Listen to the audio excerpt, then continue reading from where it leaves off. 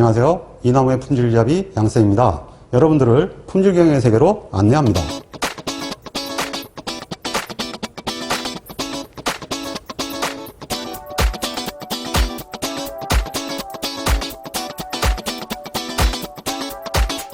안녕하세요. 양쌤입니다. 이번 장부터는 관리도의 수업이 시작됩니다. 관리도 역시 출제경영으로부터 시작합니다.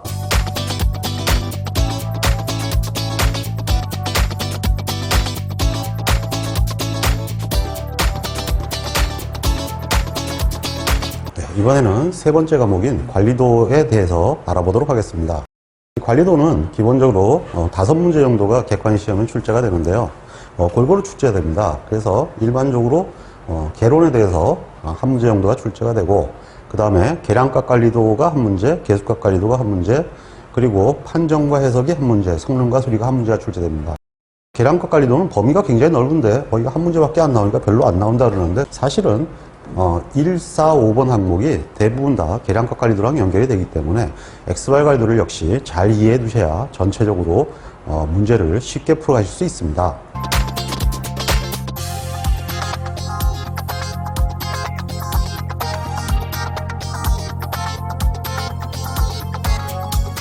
관리도에 관한 첫 강좌는 관리도와 공정 모니터링부터 시작합니다.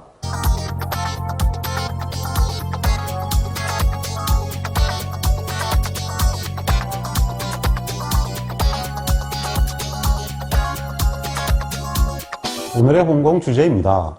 슈와트 관리도의 목적과 특징을 이해해야 합니다. 관리도의 우연원인과 이상원인을 이해해야 합니다. 관리도의 유형과 작성 방법을 이해해야 합니다.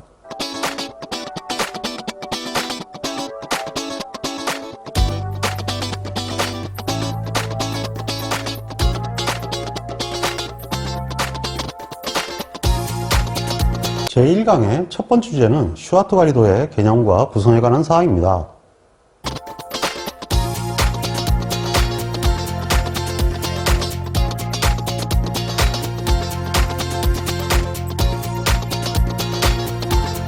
자, 그러면 관리도가 어떠한 역할을 하는지 알아보도록 하겠습니다. 관리도는 일반적으로 공정의 데이터의 범위는 잘 아시다시피 플러스 마이너스 3시그마 변동에서 일어난다. 즉 공정 변동이 플러스 마이너스 3시그마라고 했었습니다. 그럼 일반적인 데이터들은 전부 다 표준이 잘 지켜지고 있다면 기본적으로 자연공차의 범위 내에서 나타나게 됩니다. 그런데 시간이 지나면서 시계열적 변동이 일어나죠.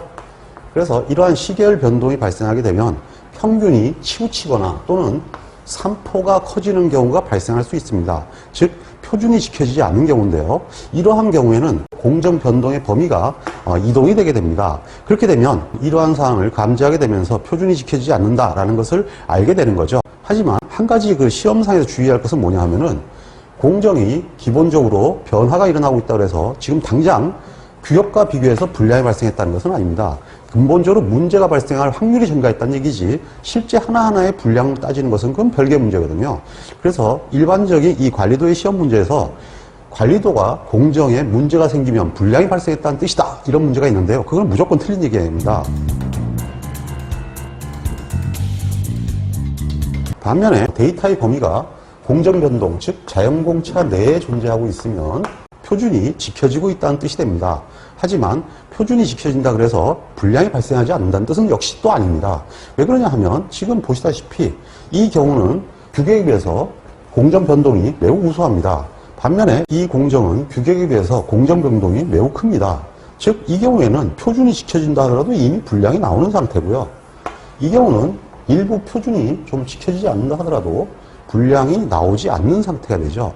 즉 불량이 얼마나 나오냐 하는 문제는 표준의 우수성 문제가 우선적으로 먼저 전제가 되고 거기에 따라서 확률적으로 발생하냐 안 하냐의 문제이기 때문에 실제 관리도가 문제를 보였다 그래서 지금 불량이 발생하고 있다. 또 관리도가 관리 상태라 해서 불량이 발생하고 있지 않다라는 것은 조금 직접적으로 관계가 없는 얘기입니다. 그래서 시험 문제 관리도가 규격과 연결돼 가지고 시험 문제가 나오면 거의 관계가 없는 사항이다 이렇게 이해를 하시는 것이 오히려 더 좋을 것입니다. 기출 문제를 참고해서 확실하게 이해해 두시기 바랍니다.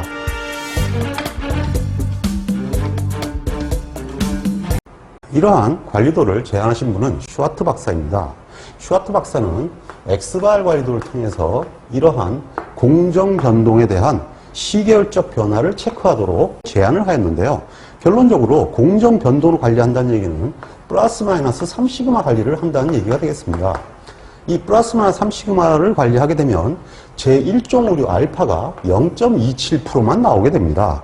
그러면 1종 오류가 0.27%가 되면 거꾸로 이 알파와 베타는 역관계이기 때문에 2종 오류는 굉장히 커지게 되어 있습니다. 즉 알파는 매우 작고 베타는 매우 큰 그러한 관리 방식이다, 이런 얘기가 되거든요. 그러면 좀 이상하지 않습니까? 알파와 베타는 서로 균형을 이루어야 할 텐데 알파를 굉장히 작게 하면 베타가 굉장히 커지게 되죠. 그래서 이런 제안을 한 이유가 무엇일까요? 이건 왜냐하면 관리도는 이상 상태가 나타나면 공정에 조치를 취하기 위한 도구입니다. 그러므로 공정을 세우고 조사를 하게 될 것인데, 만약에 일종 오류로 인해서 공정에 이상이 있다고 판단이 됐다면 이것을 세우고 아무리 조사를 해도 실제로 아무 원인이 없는 상태니까 시간만 허비하고 아무런 조치를 못 취하게 됩니다. 결국은 다시 라인을 돌리게 될 건데요. 이러한 행위가 자꾸 발생하게 되면 현장에서 근무하시는 분들이 관리도를 불신하게 됩니다. 그러면 한번 불신화된 제도는 사용할 수 없게 되는 거죠. 즉 늑대가 나타났다가 되는 거죠. 그래서 이러한 일을 막기 위해서는 오경보를 막아야 됩니다. 그래서 이러한 오경보를 막기 위해서 제1종 오류를 최소화하는 것, 즉 0.0027로 하는 관리 방식이 설정되게 되어 있는데 이것을 3시그마 관리도라고 합니다.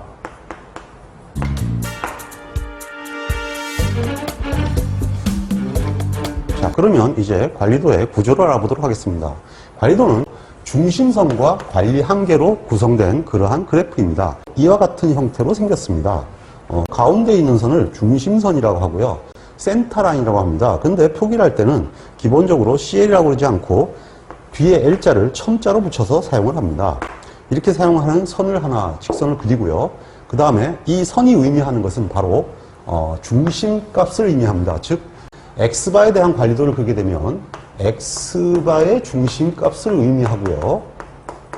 R에 대한 관리도를 그리게 되면 R에 대한 중심값을 의미합니다. 즉 얘는 X바의 센터라인이고요. 얘는 R의 센터라인이 되겠죠.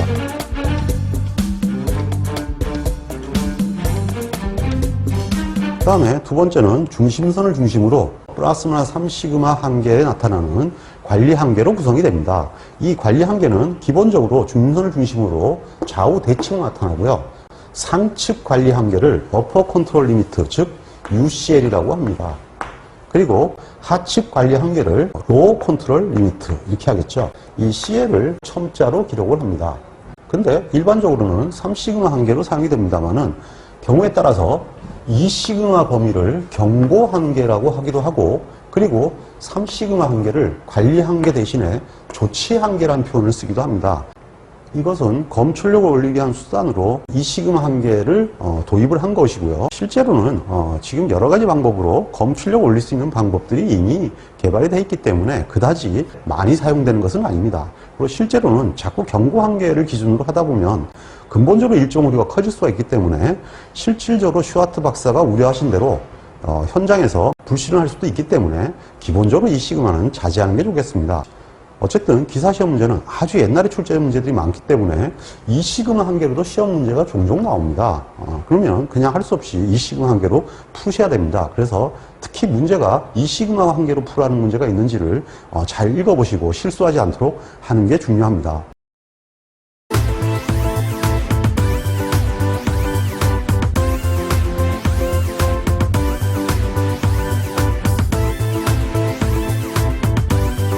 제1강의 두 번째 주제는 관리도의 핵심 이론인 우연원인과 이상원인에 관한 사항입니다.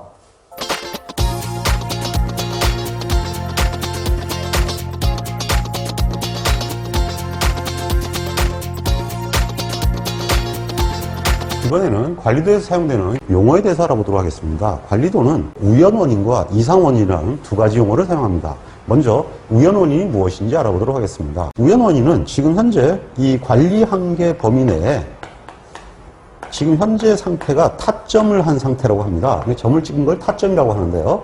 이 타점들이 관리 한계 내에 있는 것도 있고 여기 빨간 표시처럼 관리 한계 밖에 있는 것도 있죠. 이 관리 한계 내에 있는 것을 우리는 우연원인이라고 합니다. 이 우연 원인으로 구성이 된 상태를 관리 상태라고 합니다. 즉 지금 현재는 관리 상태가 아니죠. 왜냐하면 얘들 때문에 그렇습니다. 만약에 이렇게 벗어나는 점이 없다면, 아니면 이게 좀 더 넓어서 전부 이 안에 있다면은 관리 상태다 이렇게 표현을 하죠. 그래서 실질적으로 모든 점들이 관리 한계 내에 나타나면 기본적으로 표준 내의 변동으로 유지되고 있다. 즉 관리가 잘 되고 있다는 것을 의미합니다. 그리고 이 우연 원인으로 나타나는 형태도 물론 데이터들이 변합니다. 이것을 우연 변동이라고 하는데, 이러한 우연 변동은 표준의 변동을 얘기하는 거죠. 즉 자연스러운 변동을 얘기하는데, 기본적으로 회사에서 정한 규칙에 의해서 발생되는 변동이므로 그것을 경영자 책임으로 분류를 합니다.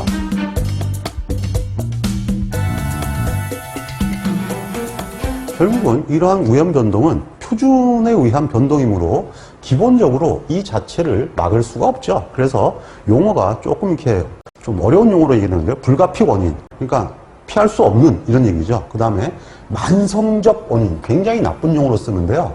이거는 뭐냐 하면 시험 문제에 따라서 이런 얘기가 나옵니다. 공정에 일어나는 품질 문제의 70%는 경영자 책임이다. 이런 얘기가 나오는데요. 그래서 우연 변동을 만성적 원인이라고 합니다. 이 얘기는 왜 나온 얘기냐면요. 주란이 일본에서 품질에 대한 교육을 시작한 게 1953년입니다. 그 시기에 일본 기업들의 품질이 굉장히 안 좋았어요.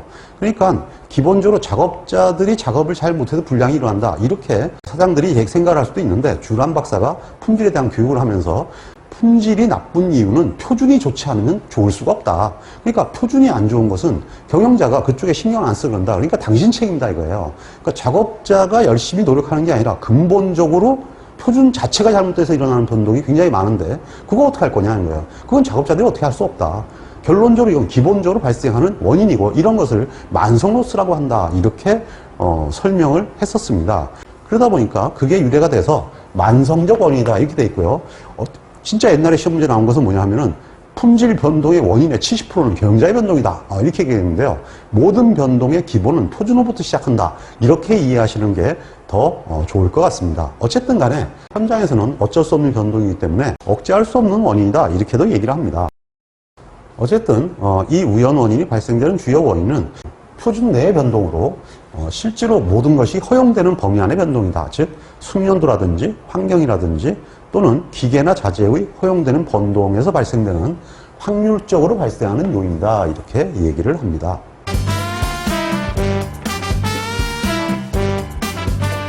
자, 그러면 이번에는 이상원인에 대해서 알아보도록 하겠습니다. 이상원인은 우연원인의 반대가 되는 거죠. 즉 이와 같이 타점된 점이 관리 한계를 벗어나는 경우를 얘기합니다. 이러한 이상 원인이 데이터 중에 포함되어 있으면 공정은 이상 상태라고 표현합니다. 즉 모든 데이터가 벗어나야 이상 상태가 아니고요. 한 점 이상 벗어나면 이상 상태다 이렇게 판단한다는 얘기죠. 즉 관리 상태란 한 점도 안 벗어나야 되는 거죠. 자, 그러면 이러한 이상 상태가 발생했다는 얘기는 X바 관리도에서 이런 것이 발생했으면 치우침이 발생했다 이렇게 판단하고요. 또는 R 관리도에서 이런 현상이 발생되면 산포가 커졌다 이렇게 해석을 하게 됩니다. 결국은 이 자체는 표준을 지키지 않아서 발생되는 문제라 작업 실수나 또는 감지를 하지 못한 그런 형태이기 때문에 이것은 작업자 책임으로 분류합니다. 그리고 우연 원인이 상당히 많은 용어로 불리는 것과 마찬가지로 이상 원인도 상대적으로 가피 원인, 만성 원인에 대해서는 돌발적 원인, 그 다음에 보아넘기기 어려운 원인 등의 표현으로 불리고 있습니다. 이러한 이상 원인이 발생되는 원인은 작업자가 표준을 지키지 않았거나 그 다음에 자재가 불량이 들어왔다든지 또는 설비가 이상을 일으켰다든지 등등에 관련되는 사항으로 발생하는 요인이다. 즉 표준이 지켜지지 않았다라는 것이 일반적인 원인이 되겠습니다.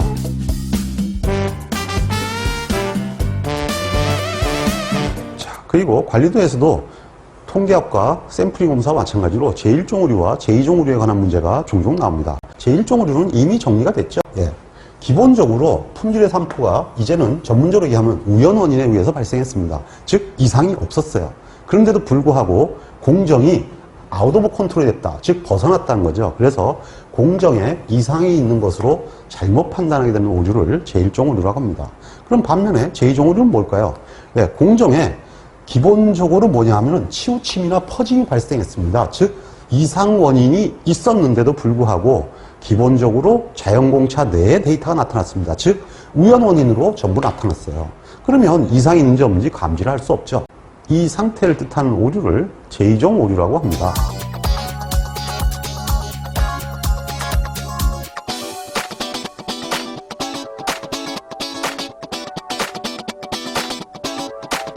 관리도와 공정 모니터링의 세 번째 주제는 관리도의 유형과 작성 방법에 관해서 학습합니다.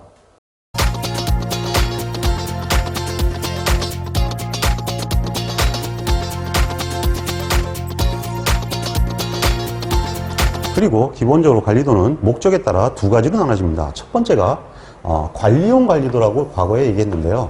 기준값이 주어진 관리도다라는 얘기입니다.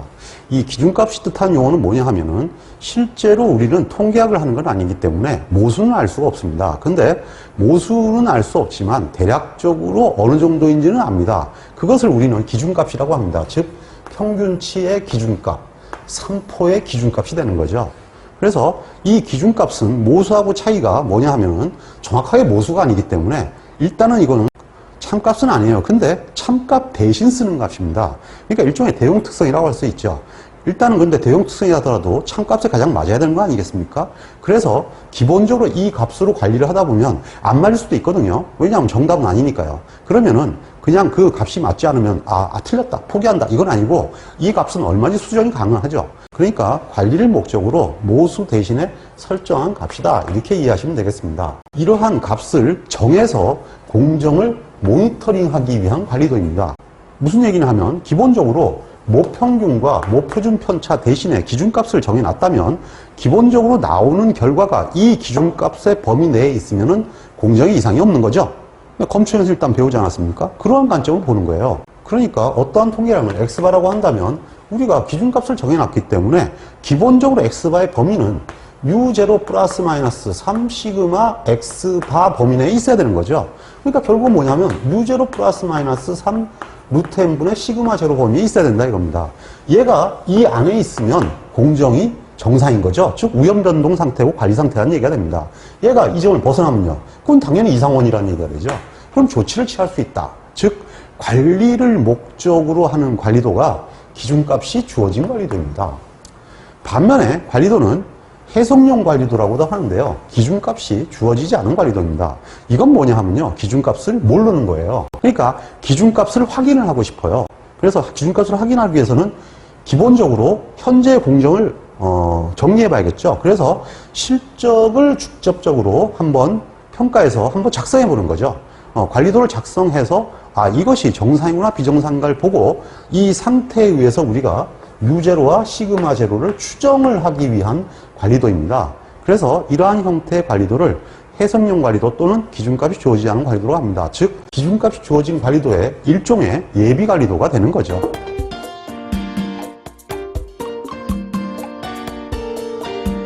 그리고 관리도는 데이터의 유형에 따라 당연히 계량형과 개수형으로 나눠집니다. 계량 관리도는 기본적으로 도량형으로 측정한 데이터죠. 이것은 근본적으로 정규분포를 적용이로는 하고 있는 관리도고요. 그리고 일반적으로 X바를 중심으로 하는 관리도들입니다. 그 종류는 X바, X바 S, 그리고 메디안 관리도도 있고요.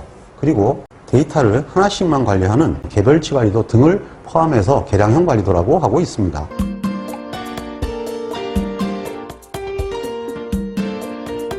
자, 이러한 계량형 관리도는 계산을 편리하게 하기 위해서 몇 가지 계수로 정리가 되어 있습니다.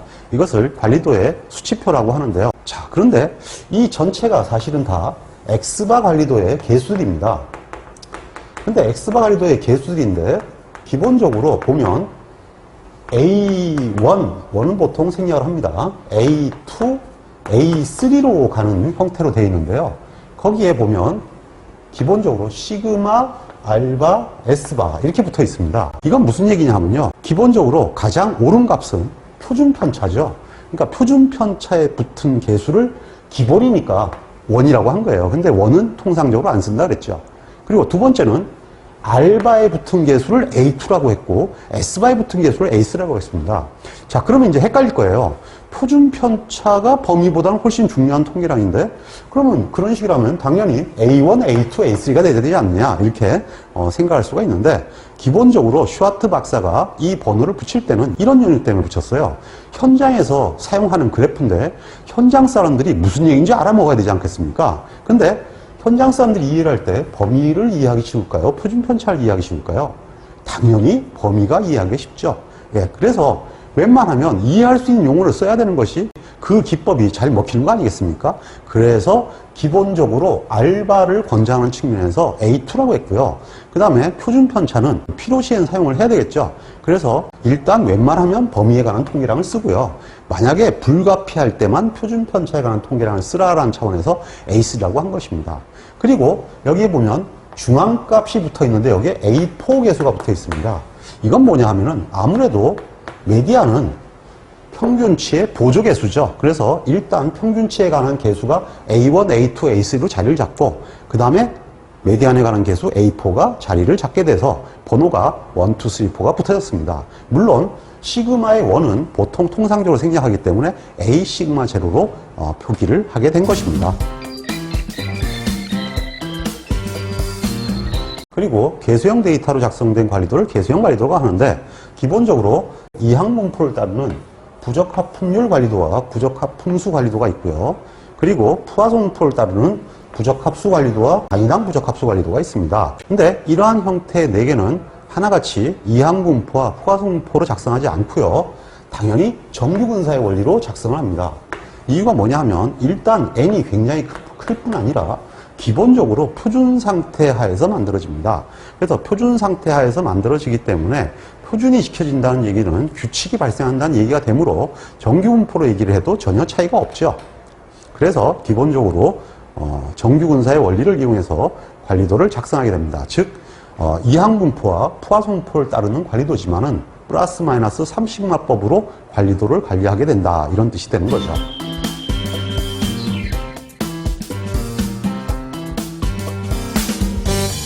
자, 그러면 이번에는 관리도 작동상에 있어서 주의할 사항들을 알아보도록 하겠습니다. 제일 먼저 당연히 목적에 맞는 특성을 선택해야 됩니다. 일단 사용 목적의 중요한 특성을 선택해야 되겠죠. 그런데 이 특성을 선택할 때 당연히 다다익성으로 선택을 해야 되지만 관리를 위한 특성만 선택을 해서는 안 되고요. 해석을 위한 특성도 같이 선택을 해야 됩니다. 근데 시험 문제는 이렇게 나와요. 해석을 위한 특성과 관리를 위한 특성은 반드시 일치하지 않아도 된다, 이렇게 돼 있는데요. 해석을 위한 특성은 당연히 관리를 위한 특성을 알기 위한 특성들이죠. 당연히 얘는 얘와 인과관계에 위한 것이니까 이건 일치할 수가 없는 거죠. 그런데 실제로 이걸 관리하기 위해서는 이거를 얼마나 많이 분석하고 있느냐가 결국은 결정짓게 됩니다. 즉 관리도는 한 장을 딸랑 그리는 것이 아니고 어떠한 관리 항목을 당연히 그리게 되며 그 관리 항목과 관련되는 여러 요인들에 대한 관리도도 같이 그리게 됩니다. 그러니까 실제로 관리도는 매우 여러 장을 그리게 되겠죠. 그리고 실제로 관리도를 그릴 때는 반드시 수량화가 가능해야 됩니다. 즉 관리도는 정성 데이터가 아니라 정량 데이터이기 때문에 당연히 수치화가 돼야 되고요. 그러다 보니까 참 특성이 아닌 대용 특성을 중심으로 작성을 하게 됩니다. 그리고 무엇보다도 중요한 것은 부분군을 샘플링하는 주기를 설정하는 데 있습니다. 기본적으로 관리도법은 층별 샘플링을 따르고 있습니다. 결론적으로 층별 샘플링은 군내 변동을 최소로 하게 되면 샘플링 오차가 적어진다라고 샘플링에서 배우셨죠. 이렇게 설계하는 방법은 샘플링에서 배우신 대로 변경점이 분류가 될 수 있도록 주기를 정하는 것입니다. 그러니까 변경점은 굉장히 불규칙하게 공정 내에서 발생을 하는데 이미 발생되는 시간들은 대개가 인지들을 하고 있습니다. 그러면 그것을 중심으로 모두 분류를 하려고 그러면 최대한 샘플링 주기를 짧게 가져가야 됩니다. 그러면 이러한 형태로 해가지고 주기를 설정해서 부분군을 채취하게 되면 적어도 공정의 여러 가지 이상 변동을, 즉 분간 변동을 쉽게 검출할 수가 있게 됩니다. 즉 관리도의 기본 기능인 공정의 이상 상태를 확인하기가 쉬워진다, 이런 뜻이 되겠습니다. 이러한 조건으로 데이터를 추출해서 공정이 관리 상태에 있는지를 확인한 후에 이상이 있으면 조치를 하고 이제 이 정도는 관리할 수 있겠다, 이렇게 판단이 들면 기준값으로 정하면 되겠습니다.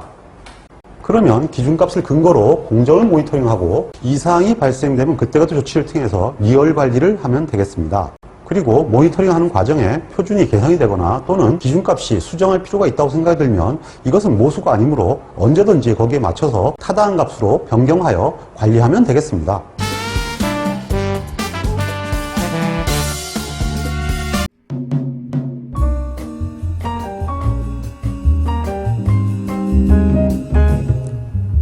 품질을 개선하는 것은 우리에게 매우 중요한 과제입니다. 품질을 개선하기 위해서는 반드시 측정이라는 과정을 거쳐야 합니다. 측정할 수 없으면 개선할 수 없기 때문입니다. 우리는 통계적 품질 관리를 통하여 측정 기술을 배우고 있습니다. 끝까지 학습하셔서 훌륭한 품질 엔지니어가 되시기를 기원합니다. 홍콩 파이팅!